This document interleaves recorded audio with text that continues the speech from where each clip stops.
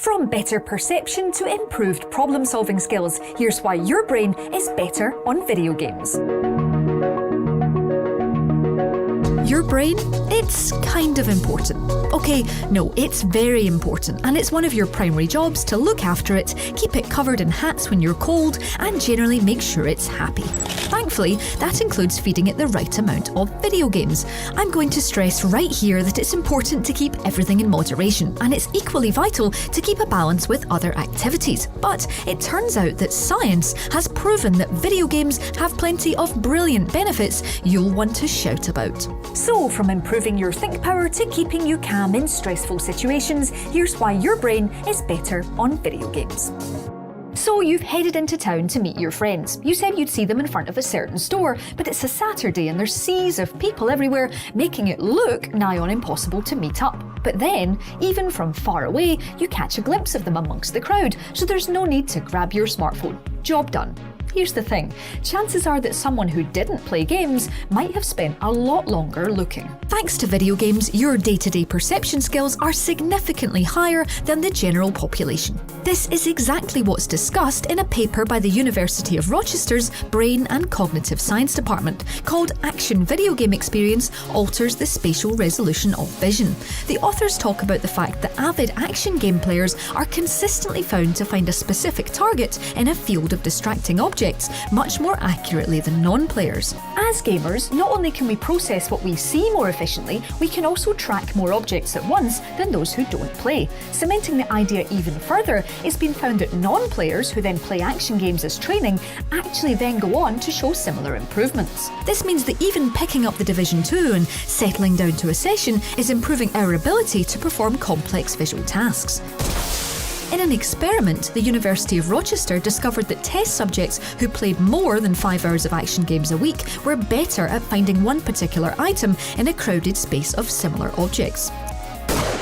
So if you've ever wondered why you're so good at hidden object games, it might all be down to your previous, well, training. Bling. I've done plenty of videos on the many ways that games are actually good for you, but one of the most interesting and practical applications of our game time is its effect on our problem-solving skills. Given that there are so many different types of game and, problems, it's hard to create experiments that measure this exact correlation, but there is plenty of discussion around it in scientific circles. The article, The Benefits of Playing Video Games, discusses exactly this, that thanks to games of all genres, whether we're playing Portal, doing puzzles in Resi 2, or trying to find logical new ways to get to a door in I Hate This Game, our problem-solving skill muscles are constantly being exercised. Given that most of the time we're given no instructions on how to solve puzzles, yes, I see you, the witness, it means that we're always thinking on our pixelated feet. Education writer Mark Prensky, in his book From Digital Natives to Digital Wisdom, argues that our exposure to such a range of games with such a range of open-ended problems has improved an entire generation. He calls the children learning in this environment digital natives, and says that games, as well as the internet, have created a generation of people who will use trial and error instead of using a manual when they're stuck. Games then, with their ever more interactive ways to fail and succeed, are constantly teaching us to think outside the box. No one is handing us a manual to beat a boss in Devil May Cry 5 or telling us the best position to build a smelter in Satisfactory. These are problems we need to solve ourselves, training us to do exactly the same thing in the real world. Hopefully, with less terrifying spindly leg creatures though. So, improved spatial awareness? Great. Better problem solving? I will take that. But another exceptionally useful learned behaviour we get from games is an improved understanding of how to deal with stressful situations. You might not feel like impossible games are making you a less frustrated human being, but actually, they are. Let's picture the scene. In fact, we don't have to. Here's Matt playing Sekiro. He's been trying to tackle this particular section for a while, but unfortunately has been ending up, well, there you go. The good news is that psychologically, this is actually good for Matt. I've referenced it before and probably will again, but this drives me nuts. How gaming technologies can elicit positive experiences by means of negative emotions explains exactly why. This is an interesting paradox. Dying in games isn't fun, so why do we hunt out games in which we fail? Well, the paper discusses the fact that the game lets us repeatedly try again, which is positive and lets us take risks in order to succeed the next time. But what's also important here is what gaming researcher Jasper Juhl calls the promise of video games. That promise is the fact that we can succeed. There is more game after death, and repeated failure at a task and then eventual success means even greater emotional relief when we do succeed. Training our brains through these experiences then actually reflects better on us in the real world, where immediate failure won't necessarily mean that we give up. Games teach us to get back on our feet and try again.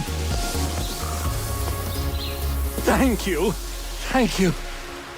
I've done a whole video on the different ways that games can help relieve stress. They're obviously not a replacement for professional help with anxiety, but as part of a balanced day can make your brain a little bit more content. A big part of that is down to how they make you feel when you play, and whether that's a positive thing. It's obviously game dependent, and you can check out our list of the most relaxing games you can play on PC, but when we're playing, scientists have found that the parts of our brains that kick into action are the bits associated with good things. In her article How Video Games Can Teach You to Fight Depression, Jane McGonigal says that the two chunks of our grey matter that are stimulated are the ones that we link to motivations and learning and memory. This fully supports the earlier discussion about improving our cognitive processes, but these are happy areas to have activated. When we play, our brains are lighting up in all the right places, we're being more positive and thus resilient to the challenges we face in everyday life. In short, we're happier when we're at our mouse and keyboard, but also happier when we head away from the screen. What's important to note here though is the idea of balance, to make sure that when we play games, we aren't playing to ignore the outside world and escape it, but for the enjoyment of the experience. Instead of promoting negativity and running away from everyday life, McGonigal says that we should always engage in what's called purposeful play. That's video game playing to enrich our lives and make us happier and healthier. In need of a little pick-me-up, eh? So that's why our brains are better on video games. Let us know if you've got any stories about gaming improving your everyday life in the comments below. Drop us a like if you enjoyed this video and subscribe to Logitech G for more videos just like this one. If you do already subscribe, don't forget to hit that notification bell so you know exactly when our next video lands.